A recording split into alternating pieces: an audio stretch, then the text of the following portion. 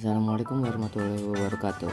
Video ini dibuat untuk menyelesaikan salah satu tugas mata kuliah pengantar ilmu hukum dengan dosen pengampu Ustadz Agus Rojak Samsudin SAGMH. Kami dari kelompok 10 yang terdiri dari 3 anggota kelompok yang masing-masing bekerjasama dalam memenuhi tugas dengan 9 poin materi, yaitu pertama yaitu pengantar ilmu bantu hukum, kedua yaitu sejarah hukum, ketiga sosiologi hukum, keempat perbandingan hukum, kelima antropologi hukum, keenam psikologi hukum, ketujuh politik hukum, kedelapan filsafat hukum, dan kesembilan logika hukum. Sebelum kami masuk ke pembahasan lebih lanjut, izinkanlah kami memperkenalkan diri terlebih dahulu. Yang pertama yaitu saya, nama saya Muhammad Ilyas Darussalam dengan NIM 1220202030. Selanjutnya ada Farida Antasya dengan NIM 1220202013, dan yang terakhir ada Muhammad Mukhlis Abdillah dengan NIM 1220202018. Saya akan menjelaskan tentang pengertian ilmu bantu hukum. Ilmu bantu hukum adalah ilmu yang mempelajari faktor-faktor yang mempengaruhi pembuatan, pelaksanaan, dan penegakan hukum. Ilmu bantu bertujuan untuk membantu ilmu pokok. Mengapa ilmu hukum memerlukan ilmu bantu hukum? Dalam ilmu hukum tidak dapat terdiri tanpa ilmu lain karena proses pembuatan hingga penetapan hukum harus didasarkan dengan ilmu lain sehingga dapat berfungsi secara maksimal. Sejarah hukum. Sejarah hukum terutama dikatakan bangkitnya suatu pemikiran hukum yang dipelopori oleh Savigny dari tahun 1779 sampai 1861. Savigny mengemukakan bahwa hukum suatu bangsa itu memerlukan suatu hukum dan oleh karenanya senantiasa yang satu terdiri dari yang lain. Perbedaan ini terletak pada karakteristik pertumbuhan yang dialami oleh masing-masing sistem hukum. Jika dikatakan bahwa hukum itu tumbuh, maka itu berarti ada hubungan yang terus-menerus antara sistem yang sekarang dengan yang lalu. Sosiologi hukum. Istilah sosiologi hukum untuk pertama kalinya diperkenalkan oleh Anziotti pada tahun 1882. Sosiologi hukum adalah suatu cabang ilmu pengetahuan yang secara empiris dan analitis mempelajari hubungan timbal balik antara hukum sebagai gejala sosial dengan gejala-gejala yang sosial lain. Selanjutnya akan dijelaskan oleh anggota kelompok saya yaitu Farida Antasya. Perbandingan hukum. Menurut Purnadi Purbacaraka dan Surjono Sukanto, perbandingan hukum merupakan cabang ilmu pengetahuan yang memperbandingkan sistem-sistem hukum yang berlaku dalam satu atau beberapa masyarakat. Jadi, yang dilakukan pada perbandingan hukum ini adalah memperbandingkan antara peraturan-peraturan atau antara sistem-sistem hukum.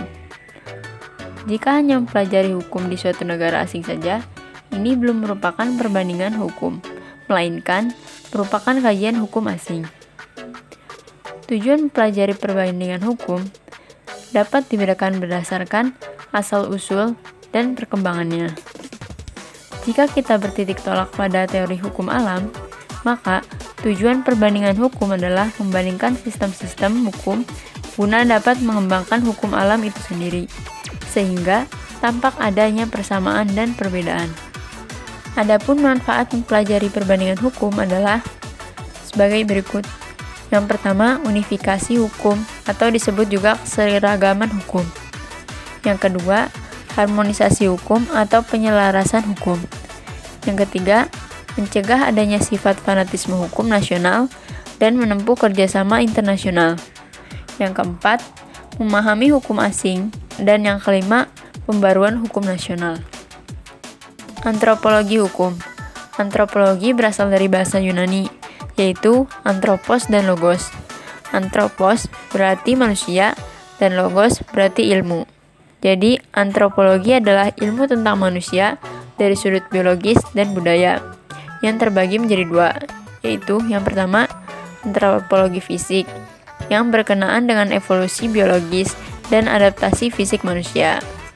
Dan yang kedua, antropologi budaya yang berkenaan dengan cara bagaimana bahasa, budaya, dan kebiasaan berkembang.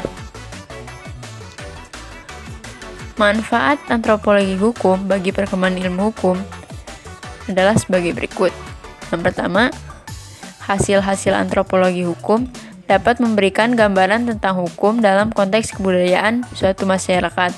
Yang kedua, dapat ditelusuri sistem nilai-nilai yang menjadi dasar dari sistem hukum tertentu.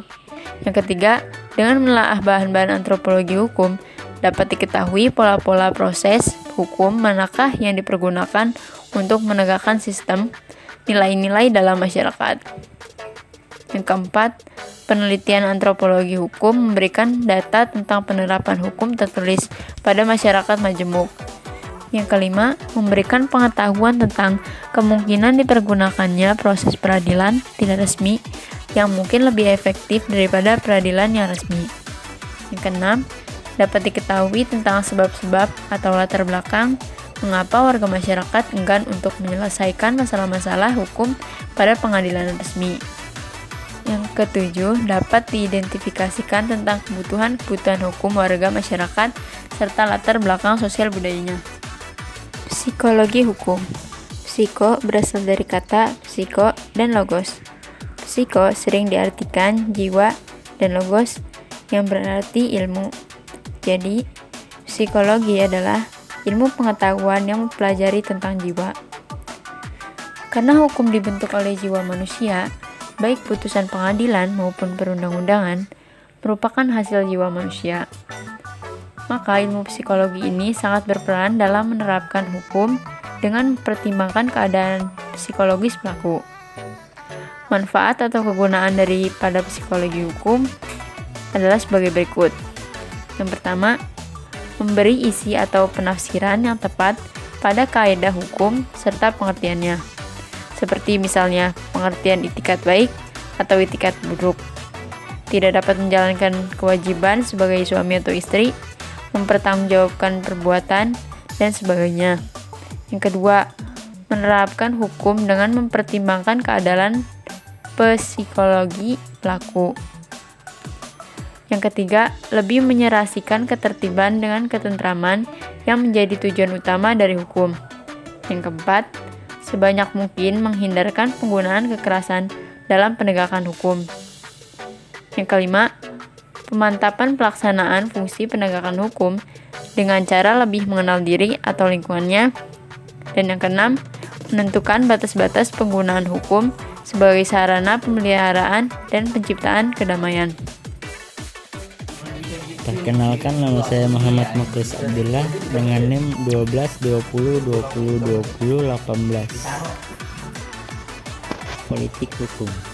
Politik hukum adalah kebijakan tentang hukum yang menentukan arah, bentuk, dan isi hukum yang mencakupi pembentukan, penerapan, dan penegakan hukum dalam rangka mencapai tujuan hukum, yaitu tujuan sosial tertentu atau tujuan negara. Politik pembentukan hukum mencakupi yang pertama, kebijaksanaan atau pembentukan perundang-undangan. Yang kedua, kebijaksanaan atau pembentukan hukum jurisprudensi atau putusan hakim. Yang ketiga, kebijaksanaan terhadap peraturan tidak tertulis lainnya. Filsafat hukum.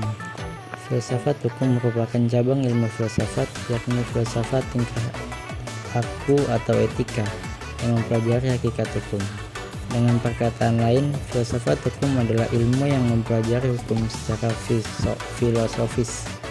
Objek filsafat adalah hukum dan objek tersebut dikaji secara mendalam sampai intinya dan dasarnya yang disebut dengan hakikat. Logika hukum.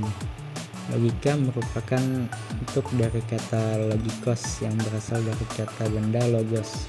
Logos berarti suatu yang diutarakan, suatu pertimbangan akal, pikiran, kata, atau ungkapan lewat bahasa. Sedangkan logikos adalah suatu yang diutarakan mengenai suatu pertimbangan akal, mengenai kata, mengenai percakapan, atau yang berkenaan dengan ungkapan lewat bahasa. Logika hukum adalah penelaahan tentang hukum, yaitu pencarian alasan atau penyebab tentang hukum, atau pencarian dasar tentang bagaimana seorang hakim memutuskan perkara atau kasus hukum.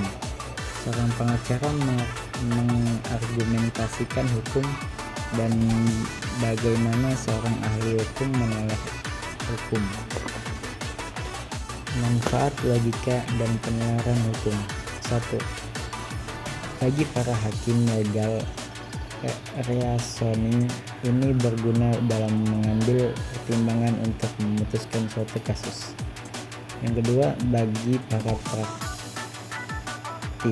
hukum, legal reasoning ini berguna untuk mencari dasar bagi suatu peristiwa atau perbuatan hukum dengan tujuan agar terhindar dari pelanggaran hukum di kemudian hari, dan untuk menjadi bahan argumentasi apabila terjadi permasalahan mengenai peristiwa perbuatan hukum tersebut.